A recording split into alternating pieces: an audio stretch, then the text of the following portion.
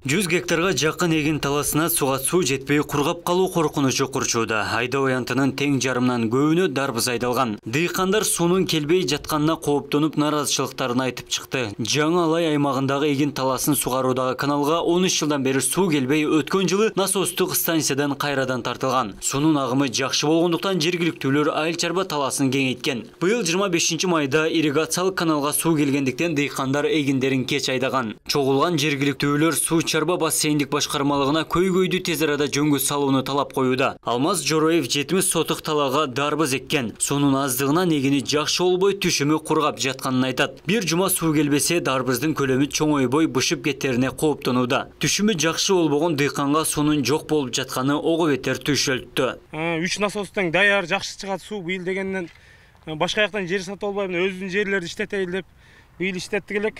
Мына насосубуз bir жарым айда 2 айга жакындап жакшы чыгып берди. Анан бир 10-15 күнөн бери бир чыгат, бир чыкпайт суу. Анан суунун акыбалынан дарбыз ушундай болуп калды да азырчы. Анан касал түшүп кетти мына суу жоктугуна. Анан мына лотогубузду элдин өзүнүн топтомой акчабыз бар эле 200 миңдей. Ушул лотокду ондодук элек. Көпчүлүктө эл журт чыгып, ушул лотогубузга расход кылып, ушул насос жакшы дегенденчи. Анан насостун акыбалы ушул болду эми быйыл. Biz işenip şuntип дарбыз эгип алдык элек да быйыл. Анан канча сотук эктиңиз азыр эми? Азыр мына 70 сотук жерге эктик элек, 70 сотук эми өзүнүн расходуна мактабайт да азыр. Мисалы мына кленкабыз эле мына 4000-5000 сом, кленканын өзү эле. Урук 5000-6000 сомдук урук да. Бүгүн жөнөтөбүз, бүгүн каратабыз, көрсөтөбүз деди эле. Анан билбейм, көрсөттү, келип главныйлар келип көрдүбү, көрбөдүбү билбейм аны. Баягы эми запчас кетет экен да, запчаска мындай болуп атат, оергор күтүп атамын. Дагы бир беласын ондотуп келип атам деп атат эми. Ону оголорго деле кыйын бирокчу. Мына насосто иштегендерге делечи, анан нарак жактан каралбай аткандан кийин бияк кыйын болуп атат да. Bir ay vakt var pişişine. Ошого чейин пишип калат мына суу ичпесе. Кураганга чейин барат да кыскасы. Актабай калат. Менет күйөт. Жайсараттан жүргөндүкү. Чыгымы быйыл мына дары кымбат. Саларга bundan кымбат болуп атат. Эми бардык кымбатчылык болуп атат. Ошо бул кеткен чыгымды актай албайт.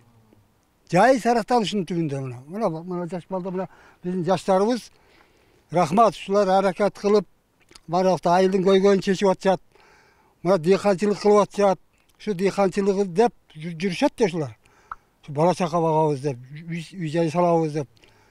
Эми азыр эми мына дагы бир 500 күнөн кийин суу чыкпай каламызда дарбыз эч биреге жарабай калат. Актабай чыгыммын.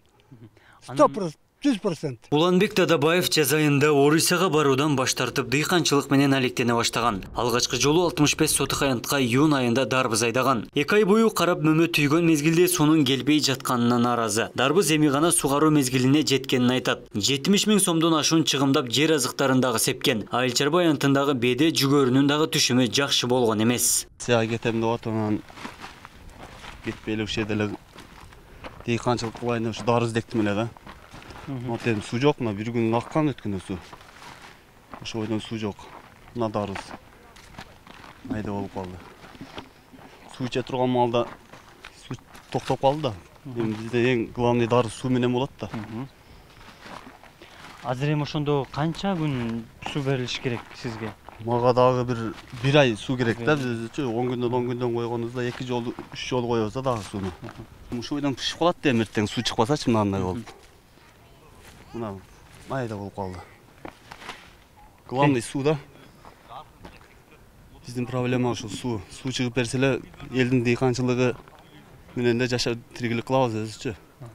Анан кайсы эгиндер? Мына беде калып кетти, мына беде чоңойбой калды мына.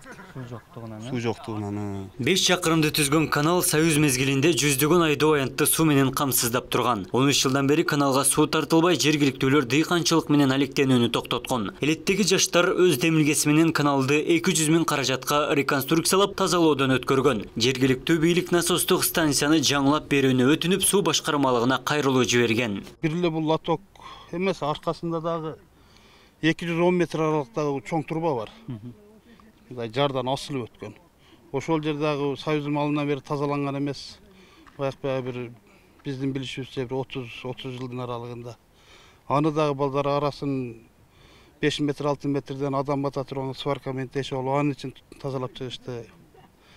мындай болжолду сума менен айтканда 200 000 сомдон ашык акча расход кылышты ушул эле жергечи. Анан эми ушул жерде быйыл дыйкандардын дарбызы жакындап калган мезгилде суу токтоп калды. Суу токтоп калып, эми бул суу токтоп калды дегенде айылдын дыйкандарынын бул 1 жылдык тамак аш, кийим кече талага учуп кетти деген сөз да бул.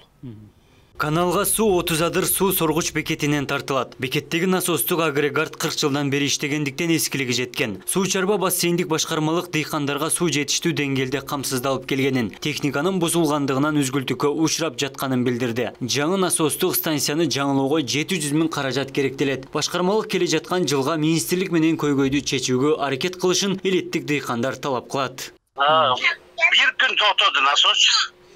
Oşa valısını getip bir gün toxtadı. Bir günge oşançoluk eve bolbatpayı topolun. Bir günde biz buna oşa nasosun načalniği var Ergeç degenç. Oşol ököz daha bir motorist bolup bir gün içinde oşa valdı kayradan jasatıp şunu ben oşa yerde boldum atmayayım mı? Vay su kum menen agatta kumdu soru bolat bu nasos.